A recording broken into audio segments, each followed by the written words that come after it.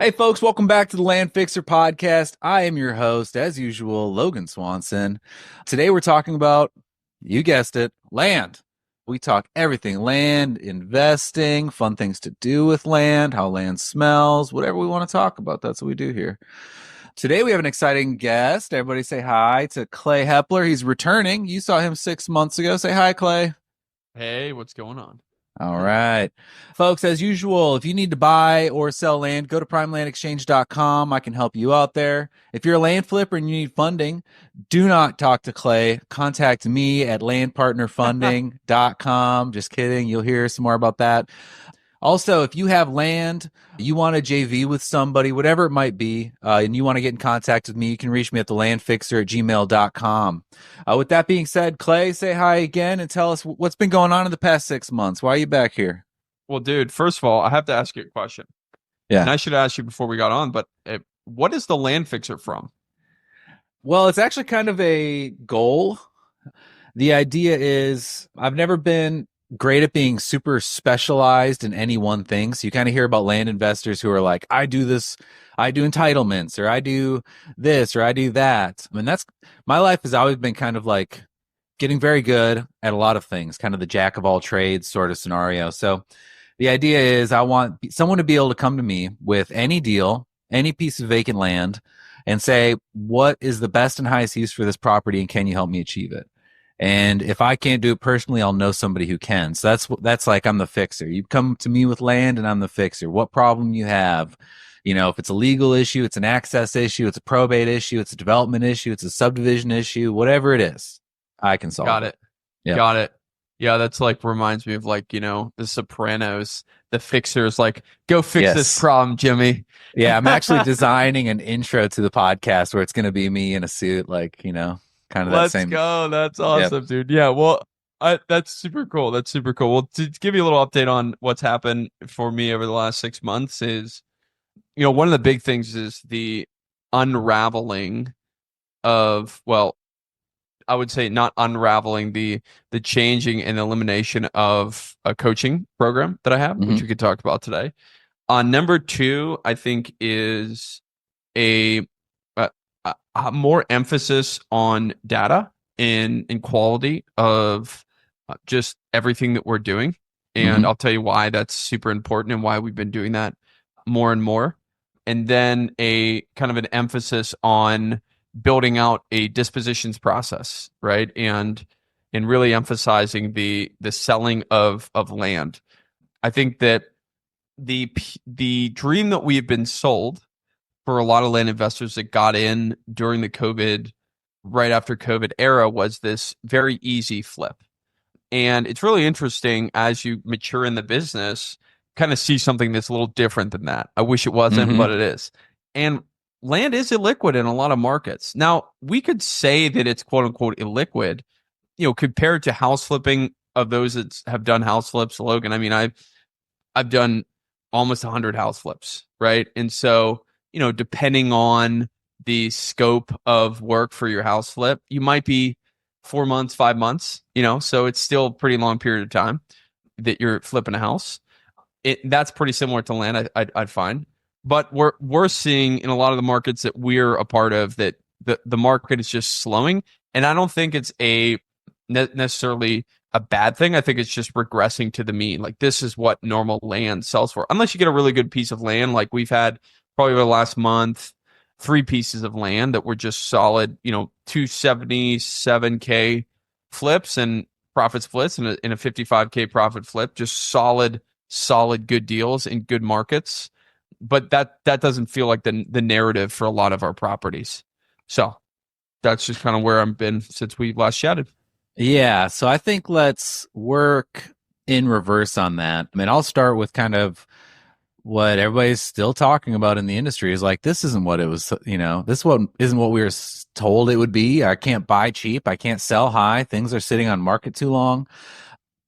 We felt this a lot in our funding company. The disposition process in a funding company has to be quick and cash. And if it isn't, not only do you not make a lot of money in funding because it's all contingent on cycling through money multiple times in a year, but it also just causes pain and headache with the people that you're partnered with. Say someone brings you a deal. Most funding companies, myself included, will have a default period of, 9 to 12 months. And if you can't sell the land in that period, you lose it, or some other structure takes place or whatever. So the longer the days on market last, the more uncomfortable the relationship is. The less we feel like buddies, the more we feel like how's this going to end? And then there's this contradictory pressure where the funder is like, hey, let's slash prices. Let's sell this. It's a dirty bird. We'll just move on to the next one. But the person you're working with, that might be the one or two deals that they have. Like, Right. they can't wash it. They can't take a loss, or not even, if they can't break even, they have to get a profit. So, we feel that acutely in that business and our flipping side of things. Like, we're never really rushing, but, we want sort of consistent, predictable sales there. And luckily with developments, you kind of structure developments and subdivisions so that they will sell. Like, so I feel like you have more control there. If you do a subdivision and they're not selling, like, you didn't do your homework, right? So, all that being said, let's start with the sales side of things. Like, what are you seeing in the sales side? I'm interested to hear your perspective on how you're getting properties moved, et cetera. Yeah, and I would echo what you just said, which is the narrative that was sold is a little bit different than where we currently are, and that's not a good or a bad thing. That's just we need to adapt and survive. If we want to have solvent businesses, then we need to adapt and survive. What that looks like is the single most important thing that we have to focus on is our cash conversion cycle, right? And so how we're focusing on this and being more aware of this in our business is we're focusing on three things. Number one, market selection. It has always been a thing, but it's becoming more and more of a thing, right? Like I told you, those 3 deals that we purchased and sold, dude, those are like 45-day flips when I like on the market, under contract sell, right?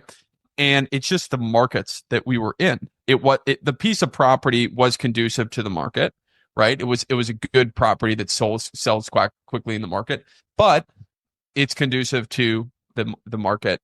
That's the number one thing. Number two thing is being really good at broker selection and having that internal disposition team. So we have a disposition admin as well as a associate, which is essentially like, imagine a intake person that is managing messaging, Facebook messages primarily, and an associate's like a lead manager, right? So they're taking calls, they're qualifying sellers, or they're calling brokers and say, hey, we have this listing of properties. So I have very good people in those positions, and it's still hard for us to sell deals. And then number 3 is something that we've recently thought of, and even we're applying this to funding as well, is in the house wholesaling flipping business, right?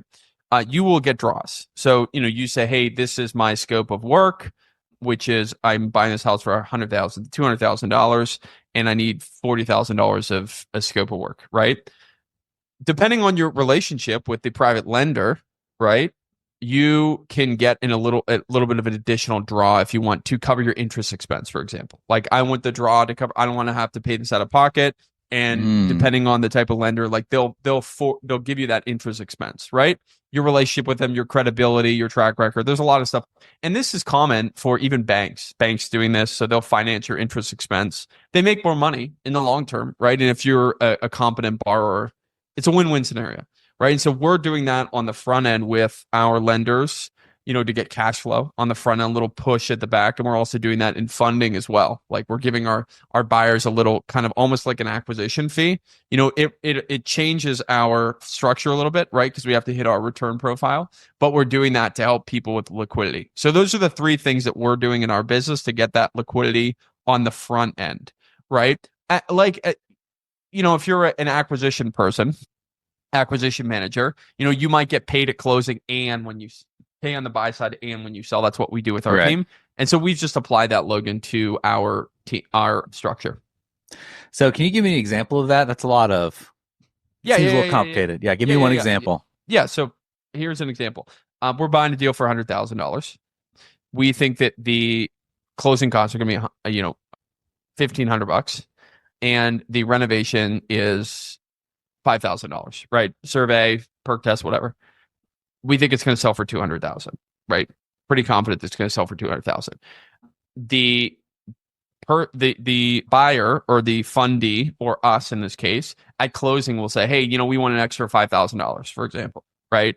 So it's ends up being 111, 112,000, 111,500, something like that, right?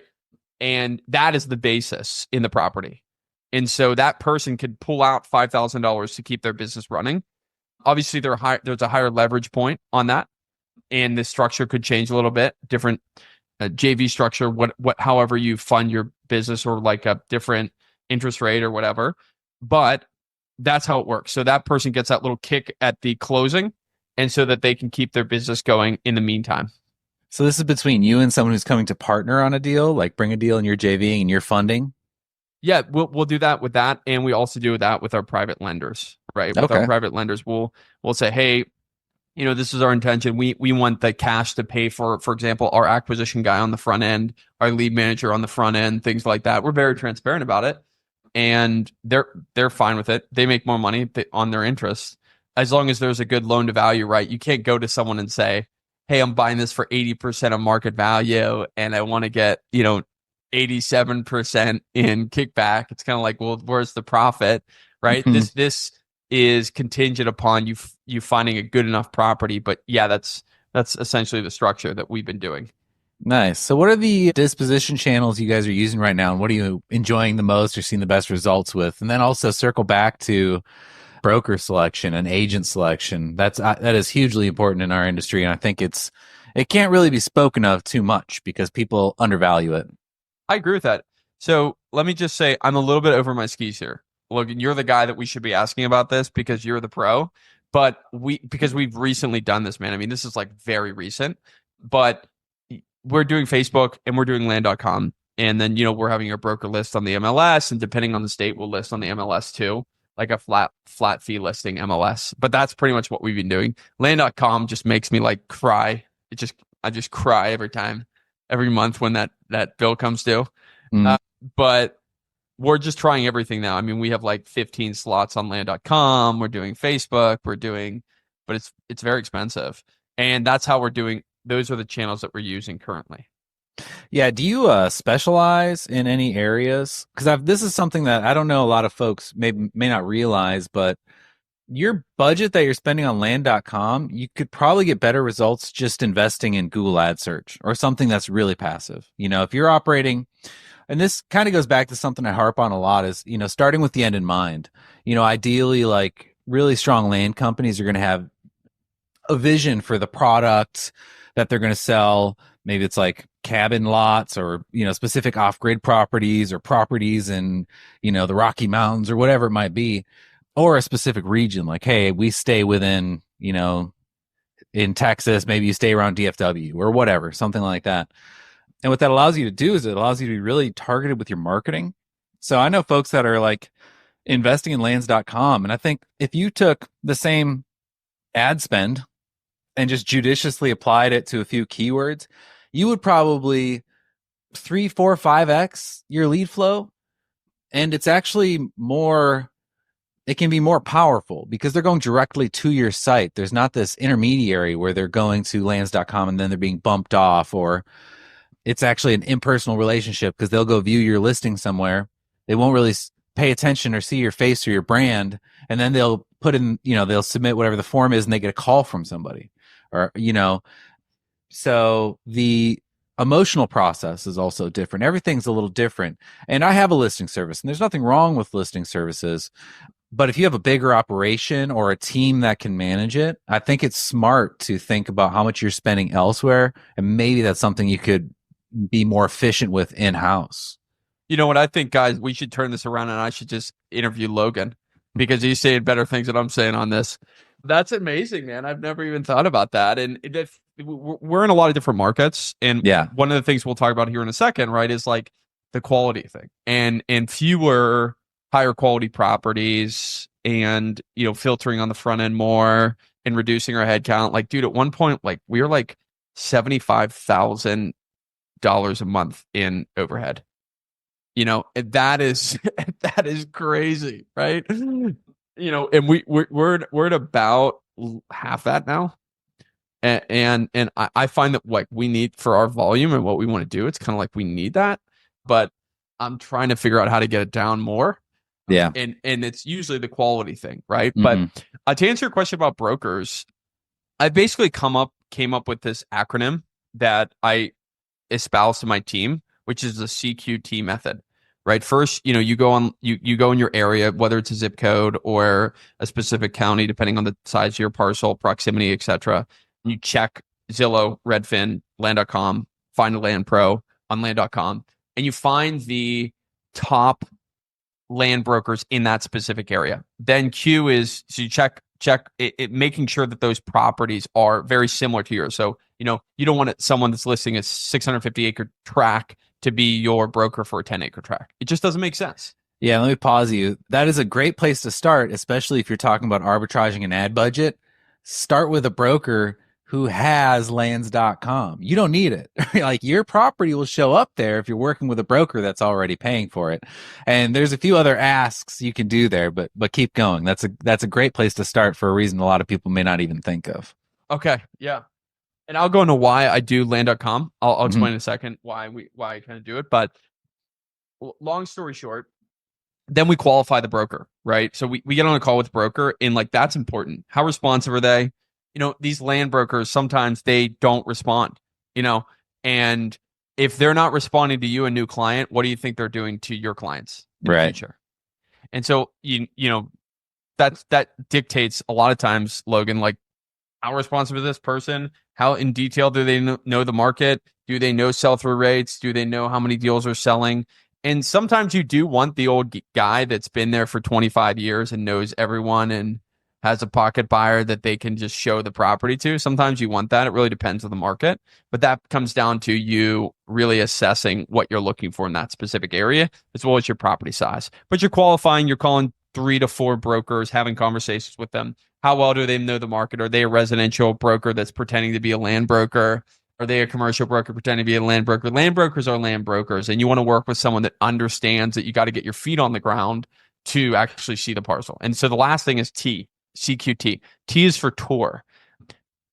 I can't tell you how many properties, including a property that we're buying this week, that we didn't have a broker go out to soon enough and ends up being we're going to sell this thing for 150. Actually, it's going to be 75. Hmm. Or a broker that's a good broker, a good land broker is going to want to get their feet. They're going to always say, "I want to get my boots on the land. I want to get my feet on the land because I need to walk it.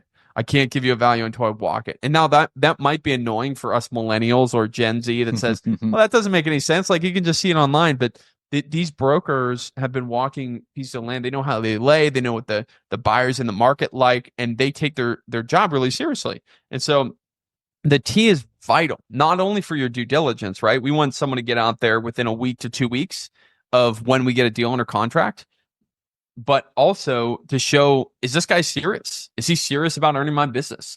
And serious looks like spending the time, the energy, and the effort to go out to the property and walk it and give you feedback. I don't like the way this lays. We should cut it up in this way.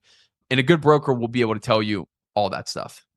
Yeah, we actually, when I'm selecting a broker, we have a checklist in our company, and we ask the same 10 questions. I haven't done it myself in a while. But yeah, those all fall on there. We also ask, actually going back to lands.com, that's kind of brilliant. I think you kind of glossed over it, but go to a property that broker has listed and submit a lead, and see how quickly they call you as a lead. Yeah. And it's good also to submit one that would be a similar price point. Like some land brokers are listing $100,000 properties, but don't care about them, because they also have $1 million properties that they list because they're professionals and they do big ranches and things like that. So you may be listing $100,000 property with them, and that's a big deal for you because, maybe you bought it for 50 and that $50,000 is, an income. It's like a salary for you. A lot of people who are starting only have 2 or 3 deals at a time. That broker may see that as small potatoes. So you need to there's a lot of things there. You have to find someone who esteems your deal. And that's a good way to test it is how do they respond to a similarly priced listing and submitting a lead. But secondly, we always ask to see if they have a drone or a droner. That can save you a lot of time. Droning can be either a free service that someone provides you and maybe you hire someone to edit it, or it can be something that you have to pay, $1,000 to get somebody out there or whatever. I've paid a lot for droning depending on how far out they have to go. And then I think it's also a good idea to have kind of review of their marketing material itself. A lot of people are just going to copy and paste from others. I've seen this. I've seen somebody who listed my property in the past had just copy and pasted something from a similar property, and the facts inside of it weren't even correct. So it's like somebody treated that, and it was a small listing. It was like 30 grand or something like that, but they had so little care for that. Clearly my business didn't matter to them. So yeah, there's probably 100 different ways that you could vet them. But yeah, the biggest and most important ones in my book are, do they have their own marketing platform access? Do they have land watch, land flip, whatever? Do they respond to leads? Do they do good marketing? Do they have a drone or access to a drone? And yes, the last one, and probably the most vital in our market, is, are they willing to go to the property? If you can go to have them out to the property before you buy it, that's incredible. But also, if they're willing to do showings, a lot of agents won't do showings. They'll send somebody out there and they'll create a silly map or something like that, and they'll try to, and sometimes that works, but sometimes it really doesn't. Sometimes you have a stinker property or a fully wooded property or something like that. So yeah, that's a big deal. Those are all the ones that are on kind of my checklist that match up with yours. Yeah, I think that you added some really good points there. But the important thing is, like, all the things that you said and I said indicates that the person cares about the listing. And if they're responsive, they show that how they do one thing, marketing materials, is how they do everything. I find that that's so true. Even if it's a $50,000 property, how you do one thing is how you do everything. Yeah. And if you want to go really high level, some of the best agents and brokers will do Facebook marketplace listings as well with your property. And that's incredible, because that's something that, I don't know, people have talked about how they've outsourced it. I don't know how the hell you outsource that without getting your account corrupted or whatever. But if you have a broker with a real, valid, high quality land account who's, incentivized to answer all these "is it still available" messages, that's incredible. That is a huge value. And actually, in exchange, I've taken some of our best practices and shared them with brokers in the past if they're willing to do that for us, because they get the commission too. So if I can tell them how to sell on Facebook, that's a big deal. What are some of your top tips for selling on Facebook? Because I find that I don't know if I necessarily trust a broker, in my opinion, to field a inquiry as quickly as we do. Right. And yeah, they won't. So brokers, I advise brokers to do it differently. So for myself, I focus on trying to find the group that isn't being spoken to, where you can get a lot of attention. So I do a lot of group testing. Like, I actually have a list of Facebook groups in Texas that are very responsive and have an engaged community. So like this, whatever one I was in yesterday was Temple, Texas, buy, sell, trade.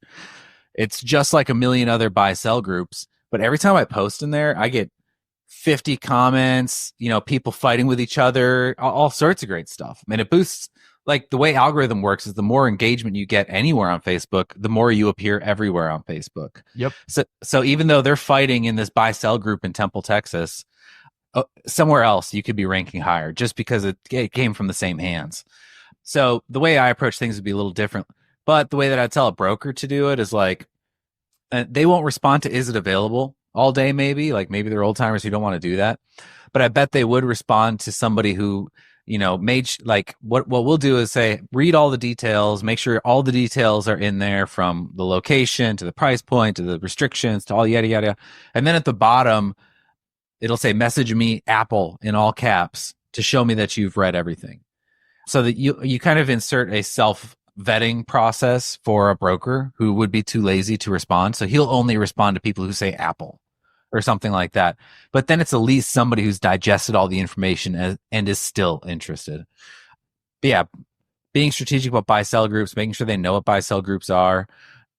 I don't know. It's kind of a long list, but I should probably do a video that's just best practices on Facebook. There's so many. I did a live stream with AJ, Alicia Jarrett, and her crew over at Supercharged Offers, and I started talking. I realized, like, how many things I do that, I don't know, maybe people don't think about, like efficiencies. Like, I use notes on my phone if I'm selling a property to have like links, copy, like specific things that I can copy and paste quickly into messages. So I'm not sitting there looking all the time.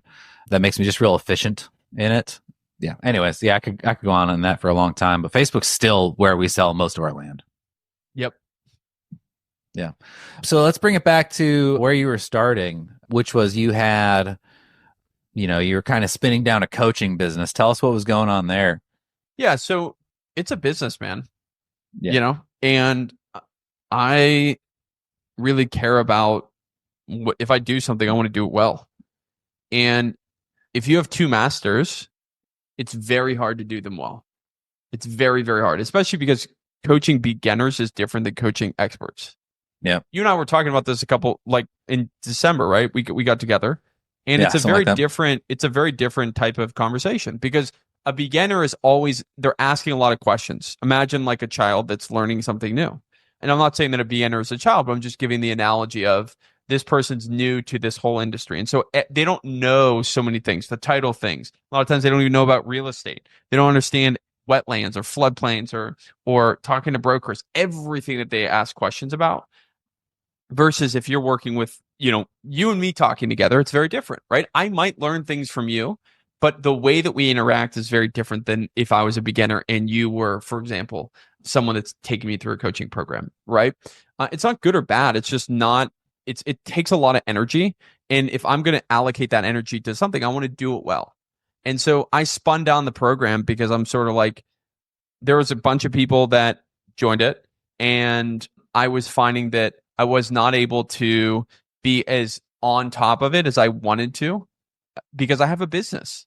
And so the business is the income generator. And so I spun it down because I said there's other people, like there's so much information. I even talk about it on social media all the time. This podcast is a great example. Like you can learn a lot of the basics on podcasts. You don't really need the course at the Mhm. beginning.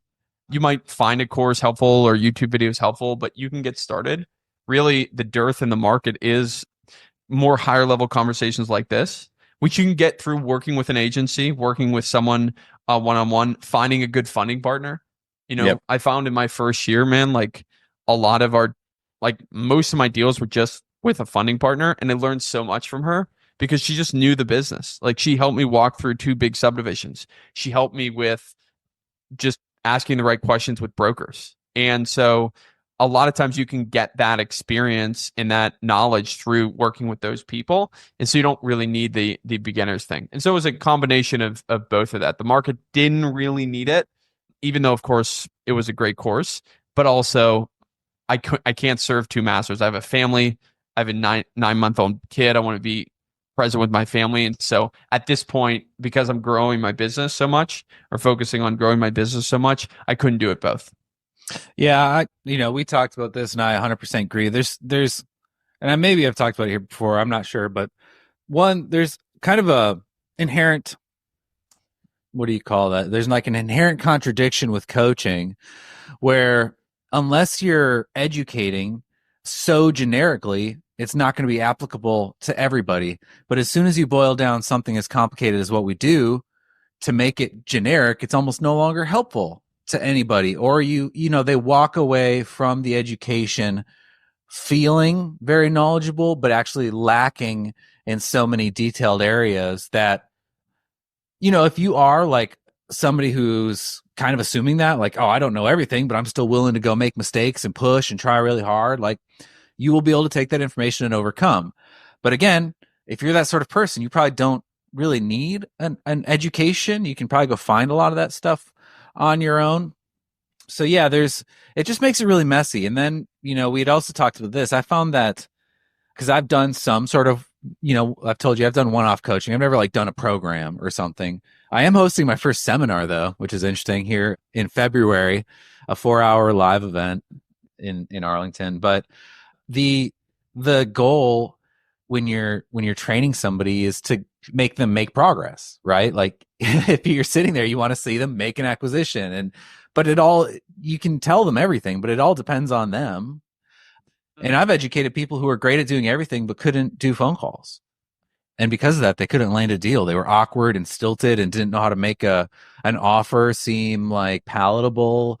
So it's like, there's almost nothing I can do. I mean, I've taught them like how to have conversations, but they don't do it well. So their deals aren't working. And it's like after you see enough people flame out doing the exact same thing you do in your own business, then, you feel like maybe this is a bigger challenge than I thought it would be, or maybe I'm not going to see the fruit from this that I really hoped I would see. Because the idea is cool. Like I want to build a little army of investors behind me that are feeding me deals and whatever else. Yeah, I know what you're talking about. It's a big challenge there. So what are you doing instead? Well, I mean, primarily focusing on my business. I have done like some.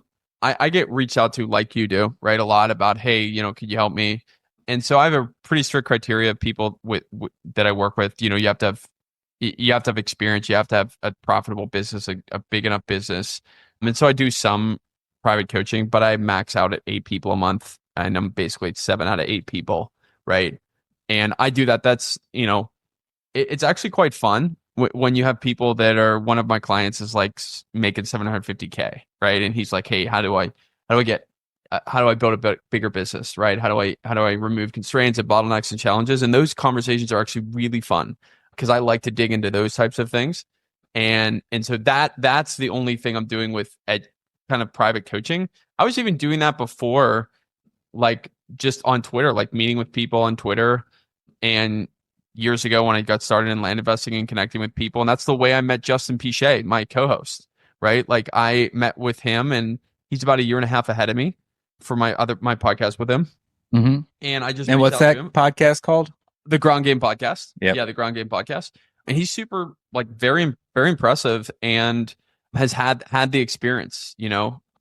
And so I kind of reached out to him and he gave me some private coaching is not the right word. Like I just basically berated him until he would get on a call with me. And then we talked about land and he was very kind.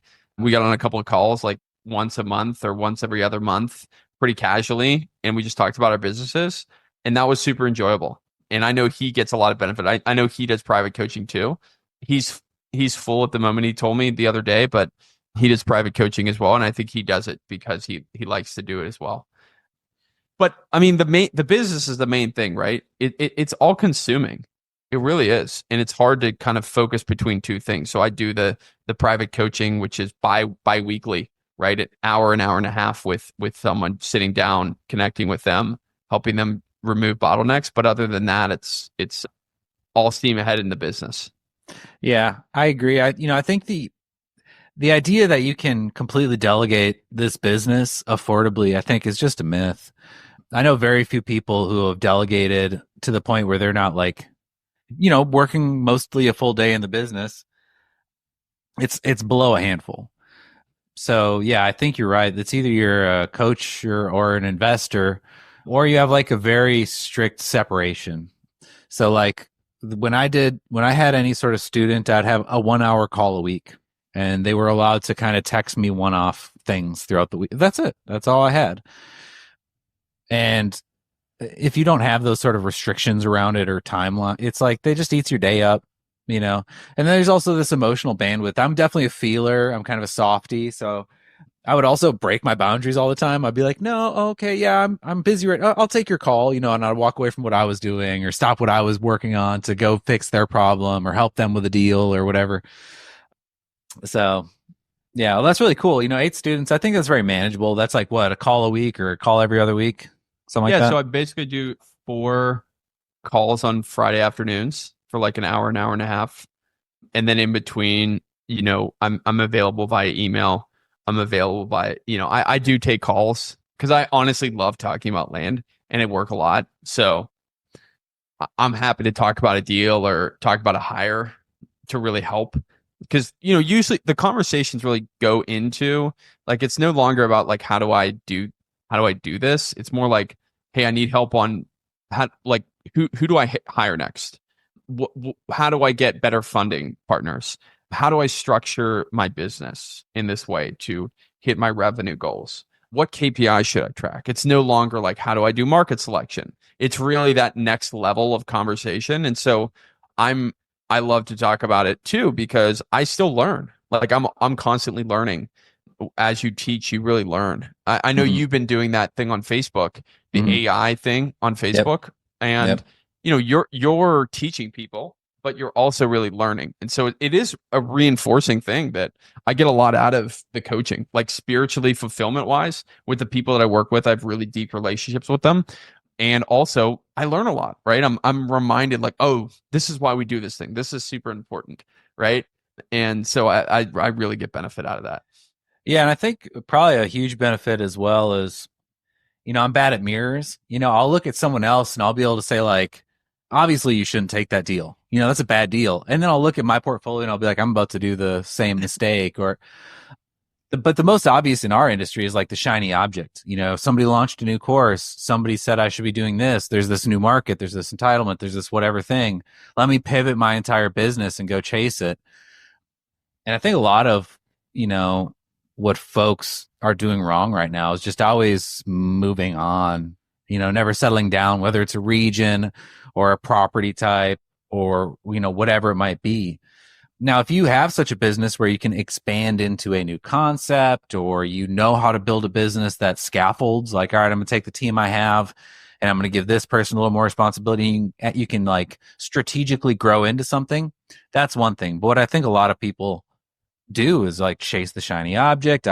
So when you're in a coaching position, it's really obvious when somebody's doing that. You can ask them like, okay, what's driving business today? And they'll be like, well, I don't know. I haven't done any sort of acquisitions or I haven't really bought anything recently, but I heard about this program. I'm going to do this educational course and it's really obvious from the outside. I had a call some I was referred to by another client. He's like, hey, you got to work with Clay. I got on a call with this guy and he was talented, very well spoken, very charismatic. And I was asking him about his business. And he's like, hey, I have this structure, this structure, this structure. I'm like, okay, so how many deals are you doing? Whatever. And Logan, what I see a lot of people do is they scale out of their business and they're like not even making 40K a month. I'm like, dude, you can't scale out of a 30K a month business. Like there's no 20K a month. You're not scaling. And people hire prematurely. And so I've gotten from the like when I was coaching, right, doing the accelerator. I was like, you can really do this if you are analytical, and you might not be shy on the phones, but you can make it happen. And two, like if you want to build this business from the ground up, you have to get on the phones because that is the most dollar productive activity you can do. And so people want to hire an acquisition manager from the Philippines and pay them $7 an hour and expect that person to produce the same results that an American would. And there's just no way. I have an incredible acquisition manager and I still have to be on him all the time, slacking off, not putting the notes in the CRM, calling the people back, texting instead of calling. Yeah. like all the things that are you're supposed to do. Getting on them as a sales manager is critical. And this guy's talented. He's charismatic. He has years of sales experience. He's very impressive, except he's still a human being. And so that's one thing that I would say, going back, it's like sit in the acquisition seat as long as you possibly can. As long as you possibly can. Because one of the things that we deal with, and I talk to people about this all the time on Twitter, on social media, is the principal agent problem. Now, this is the biggest problem that we have to deal with in our business, in land business. And the reason why people don't scale is because of this problem, which is, Julius Caesar once said, if you want it done, go. If you don't, send. Right? That's paraphrasing what he said. But essentially it is, if you want something done right, you should do it yourself. You hear all these internet gurus saying, well, you can hire these VAs. By the way, they're the ones that own the companies that are selling the VAs, by the way. You can hire all these VAs and they can run and scale your business. I hate to break it to you, man. The buck stops with you as a CEO. And so the principal agent problem is no one is going to work as hard, be as dedicated, be as focused as you are as the principal of the company. Agents, the people that you hire, the sales guy I was talking about, my lead managers, my cold, whatever, all those people may work hard. And it's about creating a culture and incentive structure that creates an environment of high performance. But they will never be as dedicated as you. You will take a call at 10:30 at night to close a deal. because the walls are closing around you. You got to get payroll. You'll close that deal, right?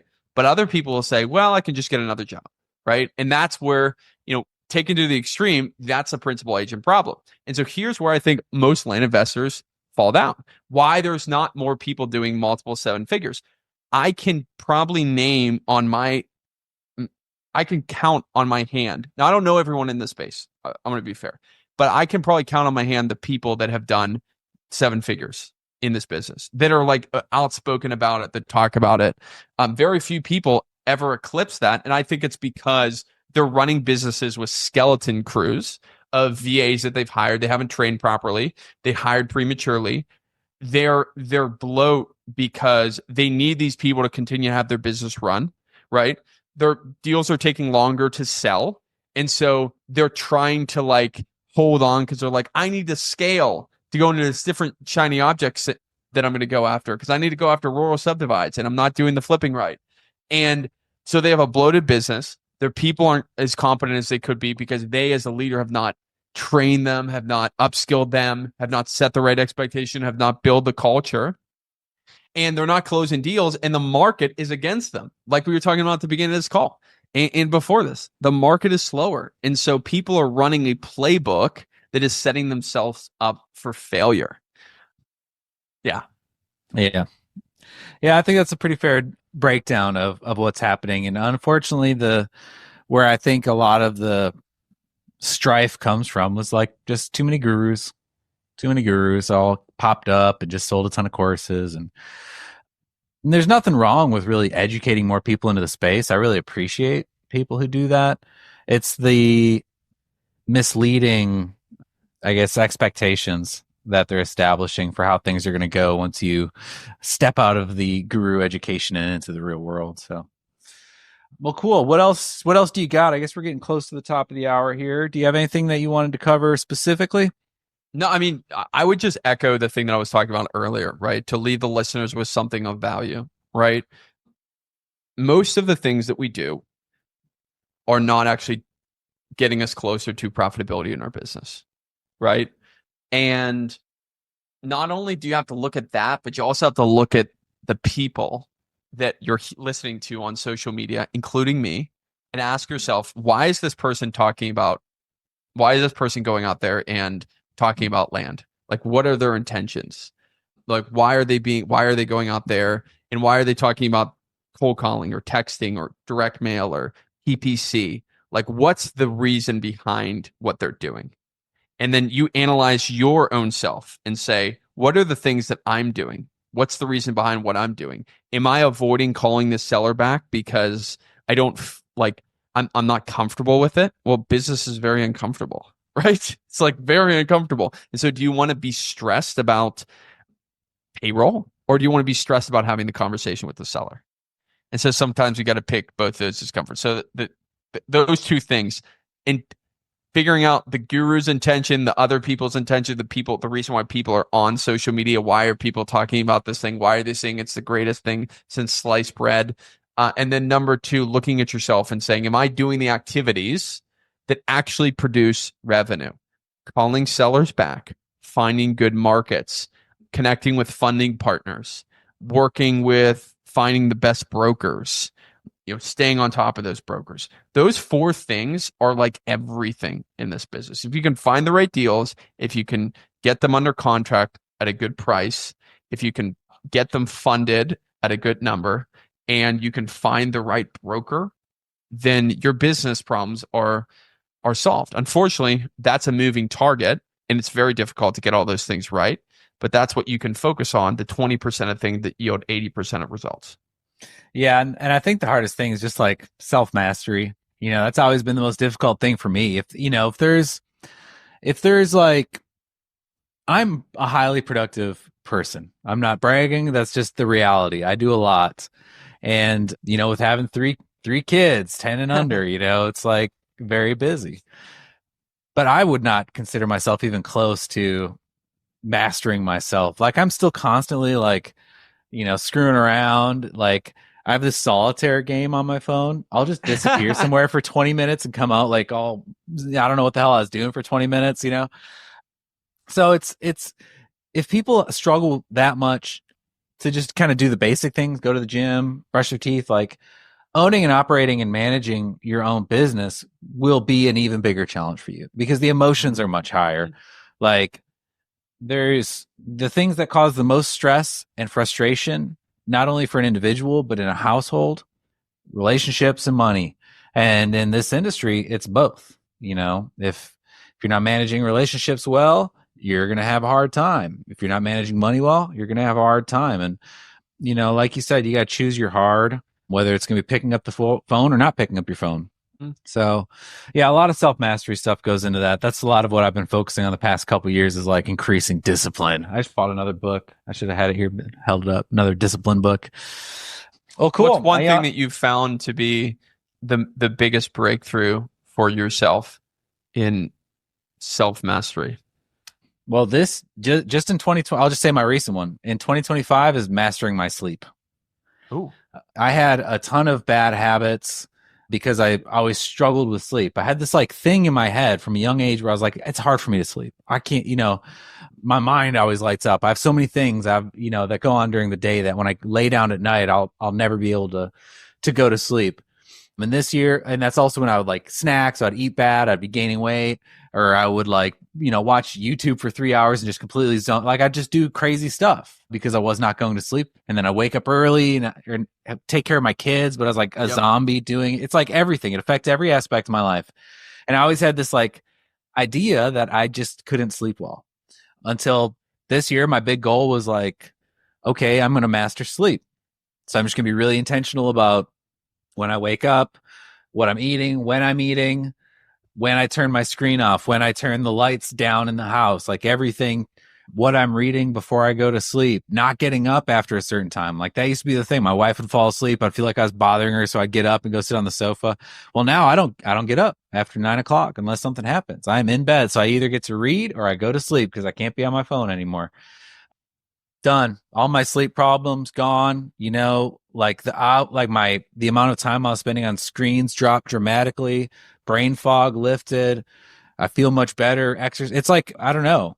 I'm 34 and it took me 34 years to figure out that sleep's a really important thing, even though you hear it all the time. Right. But I didn't take it seriously, or I just thought it was something that was out of my control. And I found that I have limited attention, so I can't fix everything in a year, but I can pick like 2 or 3 things to fix every year. And I've pretty much been doing that the past 4 or 5 years, and life's improved a lot. So yeah, sleep, huge. Apparently. Everybody says it, but I didn't believe it, I guess. I don't know. Now I know. In the next podcast episode, we're just gonna record us sleeping. That's right. Yeah. This is Logan's night routine. This is how violent, it goes down. This is violent snoring coming at you. All right, cool, Clay. Well, do you want to plug anything? I guess your podcast, right? The Ground Game podcast. Yeah. What else? Well, dude, I'm on social media, right? And I talk about what I talk about on social media. So if you're interested, I'm on Twitter, very big Twitter guy, right? X, sorry. Clay Hepler on X, Clay Hepler on Instagram, and Ground Game Podcast. Justin P. Shea, my co-host, and I are talking about land, talking about dirt, and it's just us two talking about specific topics pertinent for business growth, scaling. It's tailored towards someone that already has an existing business and getting the business to the next level, not necessarily a beginning, even though beginners can get benefit from it. So if you're interested in that, I talk about what I do, my businesses and everything on social media. So that's all. That's it. Cool. Awesome. Well, thanks for being with us today, folks. If you need to buy or sell land, primelandexchange.com is the place to go. If you've not subscribed to this podcast and you're hearing it for the first time, hit subscribe. Muy importante. What else? If you need deal funding, go to landpartnerfunding.com. If you want to talk to me, thelandfixer@gmail.com or social medias or wherever else you want to find me. Clay, I guess in 6 months we'll talk again. Good deal, dude. We'll talk soon. All right. Bye.